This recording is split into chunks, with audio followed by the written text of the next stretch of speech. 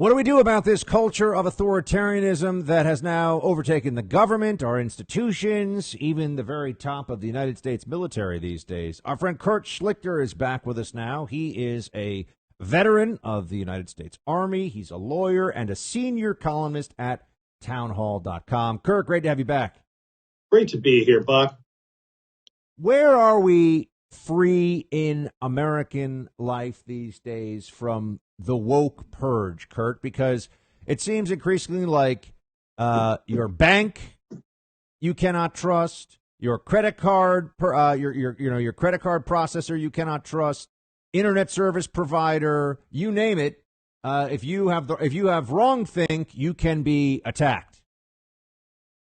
Boy, I think this is the time to turn the lawyers on them. I mean, there are massive privacy requirements out there on a lot of these agencies, and just giving out your information willy-nilly to the federal government is probably a bad thing, particularly if you do that in a venue where the folks are interested in justice. I'd love to see cases in Texas and Tennessee and so forth against big corporations doing this stuff. And I liked what Ron DeSantis is doing in Florida. He's got some rules, regulations, and laws, which I used to oppose, but now I'm all for because those are the new rules. They're gonna kind of put a little kibosh on some of the antics of social media.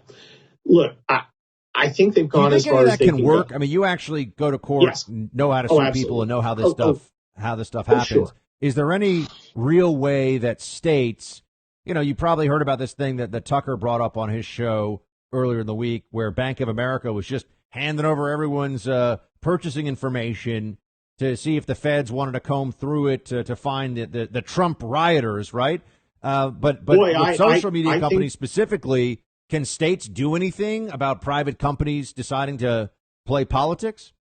States can do all sorts of things, Buck. States have an absolute right to, for instance, have privacy regulations. California has some of the broadest. You're not allowed to give out people's information, and yet these big companies have done it. They've done it to the feds. I don't know of any particular law that allows that. I certainly think there's a Fourth Amendment issue. We've got, look, the courts are still functioning. The ballot box is still functioning. A lot of people have no hope. A lot of people, it's all doomed. It's not all doomed. I think these guys have peaked. I think they have gone about as far as they can, and they're starting to hit the pushback, and the pushback's going to get worse. Sure, we've got some sissies like the 11 Republicans who voted to let the other party decide who we put on committees yesterday, but slowly and surely the tide will turn back our way. And these companies, well, I think they always assumed that the Republicans were going to be the party of the big corporations. We're not anymore, not even close. And they're going to learn the hard way what it's like to have enemies. How can we start to take the fight to the courts so that people will be able to get their lives back from the authoritarian COVID lockdowns? How do we do that? That's been going on, and there's been actually a significant success, particularly among churches and things.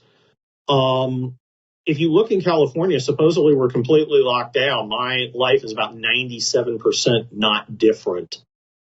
I went out and ate outside yesterday. I'm sure I'll be eating inside soon because, of course, COVID stopped being politically useful when Donald Trump left office. Did you double mask between bites, by the way, Kurt? Because if you didn't, people might have to report you. Yeah, the guy said, you're supposed to wear a mask when you're, not eating. And I said, I'm just not going to do that. And he said, oh, okay. There we go. I did have a fat lady yell at me out of a car saying, wear a mask. And I stayed back because I didn't want to catch diabetes from her. But other than that, I think everything's been pretty cool. So you think that we should do in the conservative circles in which folks actually have a platform, some reach, some ability to get the word out, what should the move now be in response to, say, the military and I've been talking about this from top down, from General Austin. I remember the first time I met General Austin, really the only time. I was in a briefing in Iraq many years ago. This guy has ordered the Secretary of Defense has ordered a 60-day stand down, to look for white supremacy in the ranks of the United States military. I have never met, I keep saying this, I've never met a white supremacist. That doesn't mean that I say they don't exist. Of course they exist, but, there are also people that are part of weird cults that believe the world is going to end this year. They're known as climate change catastrophists, but no, really, there are people that are in the, crazy groups of lots of kinds. We don't sit around worried that they've infiltrated the government at the highest level and could overthrow everything.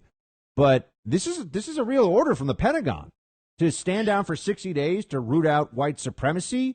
Is this a big problem that we're just not aware of, Kurt? What the heck is going on here? No, it's a joke, but there are, look, I've been dealing on Twitter, particularly with some young officers who have found instead of, effective leadership, sucking up on the social justice warrior tip is the way to get ahead. And there will always be people out there who want to volunteer for the new political officer, MOS.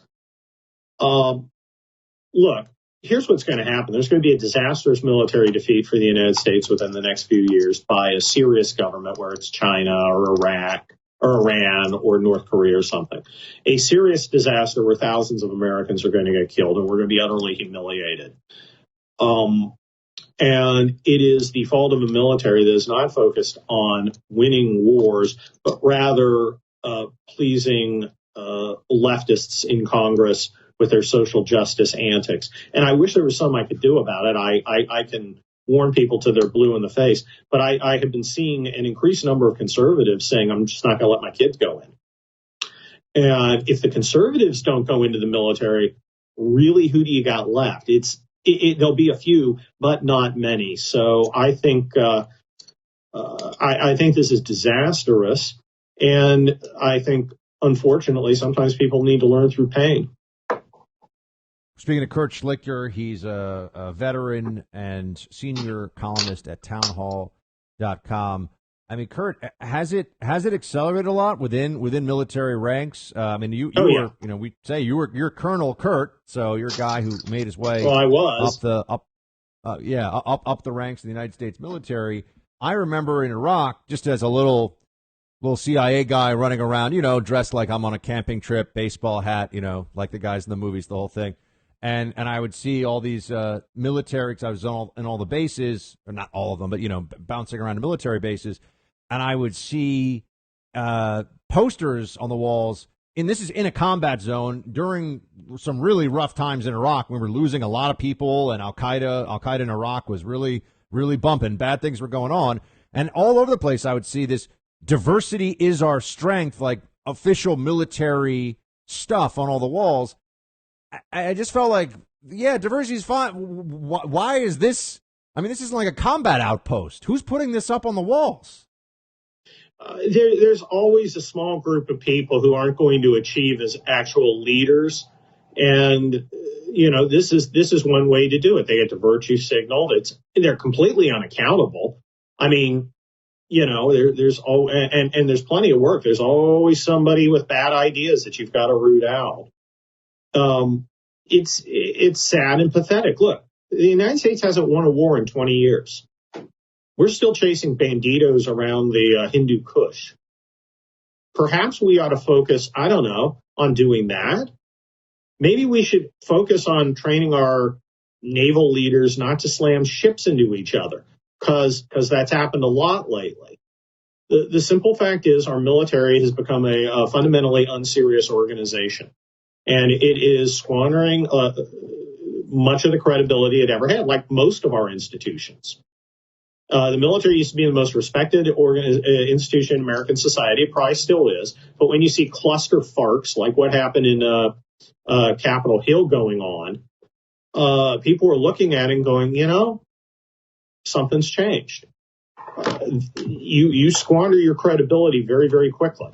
And that's what it's doing. And it's going to take a complete rebuild like we had after Vietnam. by people who are serious about having a military that's focused on military things. Look, you served. I never did. A lot of the people listening to this served, and I have to ask. It sounds to me, from an outsider's perspective, like what you're telling us is that this is going to keep going like it is until we have a really big problem, and we are reminded in some of the worst ways that the military actually does exist to engage in combat and to win wars, which requires finding and killing and destroying the enemy. But is what you're saying to me that you feel, because there are some real threats on our horizon. We can all look at what's going on with China. There's real concerns out there. It sounds like what you're telling me is we're going to have to get, we will get sucker punched before we realize that transgender policies within the military are not the focus that they should not be the focus that they have been. Is that fair?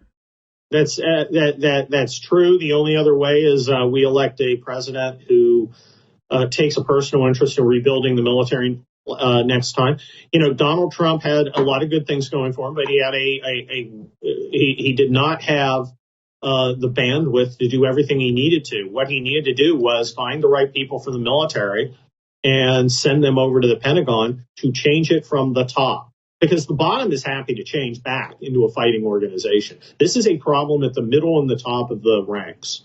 This is I think Trump's national security picks, by the way, Kurt, I think Trump's national security picks were actually pretty swampy. And I think until you got to Robert O'Brien, who was very low key and did a great job. They were terrible. And they were the guys who built the same organ. You know, it's hard to have somebody rebuild the Pentagon when they were personally involved in the 20 years of failure we've had since 9/11. And that's frankly what it is. It's stunning when you go back and look at the people that the president, I mean, the fact that he brought John Bolton into his administration, for example, that was just inexplicable. I mean, it didn't make any, given what he had promised, it didn't make any sense. I know that there were some advisors around him, one in particular, who was a big John Bolton fan, and we all know how that worked out. But, it feels like we had this chance, and Trump spoke a lot about, we've rebuilt the military. Did that happen? Materially, when you're looking at what's... Go ahead. Well, materially, we did rebuild the military, but that's only part of it. And I don't even think it's the most important part. I think you have to have a mindset that's focused on being a military rather than being a social justice organization and running around snipe hunting for, the mysterious phantom white supremacists that those are. I'm sitting there with all these other colonels who've been in, 25, 30, 35 years. They're going, you ever meet one? And they're like, no. But I was informed by some lieutenant that back when I was in the military, it was full of white supremacists. In a Military Times article that I cited earlier in the week, there was a Military Times article that said that for minority members of the armed services, 50% of them believe that they have seen white supremacy or white supremacists in action. 50%. Well, all the military journalists are garbage. And they're all leftists. And another big mistake is that people in the military actually pay attention to those clowns. Kurt Schlichter, everybody. Go to townhall.com for his latest columns. Colonel Kurt, appreciate it, man. Thanks for joining. Thanks, Buck. Hey, Team Buck, thank you so much for watching The First on YouTube. If you like this video, please click that little thumbs up button so then it will log as liked. And also, if you want to see more great content from The First, please click subscribe.